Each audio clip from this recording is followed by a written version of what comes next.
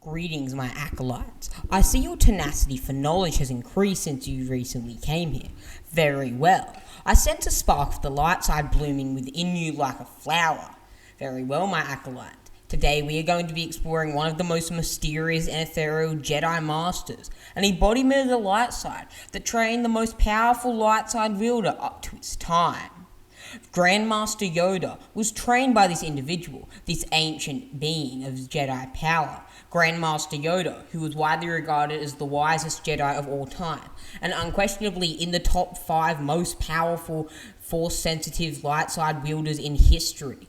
Yoda was capable of exerting his Force will over a multitude of various ridiculous ways due to his naturally high midichlorian count. But this begs a numerous amounts of questions. Who trained this ancient 9-century long-lived Jedi Master? Who trained Grandmaster Yoda, the Grandmaster of the Jedi, who would go on to fight against perhaps the most powerful dark side Force wielder in history in Darth Sidious, and would go on to be renowned by both the Jedi and the Sith as both a true threat and an idol, the wisest Jedi of all time? Who trained and tutored this ancient Jedi Master, Grandmaster Yoda, who was born during the time of Darth Bane himself, in the ways of the Force? Well, today, my friends, we're going to answer this question.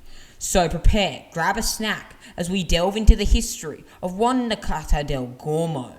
Nakata del Gormo was a Force-sensitive male Hislarian Jedi Master who dwelled and lived during the times of the Galactic Republic during the High Republic era, after the extinction and supposed extermination of the Sith during the culmination of the Battle of Ruusan and the supposed death of both Darth Bane and Darth Xana. According to legend and myth, he found and trained Yoda, a legendary Jedi Grandmaster, and a fellow Force-sensitive unidentified human friend, whose name and aliases we currently do not know. A Force-sensitive Hislarian, Nakata del Gormo was trained in the ways of the Force at the Jedi Temple, most likely a few years before he trained Yoda. If I had to estimate, I would guess that because of the Hislarian's lifetime, I would guess he was trained roughly 50 years before he met Yoda, meaning he would be roughly 50 years older than Yoda in total, or perhaps roughly 30 years older.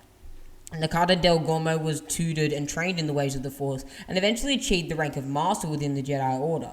This 4-limbed serpentine Jedi, very similar to Oppo Rancisis, had also crafted a staff imbued with a large crystal at its summit and imbued with Force energy, very similar to Vodos Theos, Kabas from the Old Republic, who, in a duel with Exar Kun, imbued his staff with Force energies in order to face down his pupil, who had created the double-bladed lightsaber.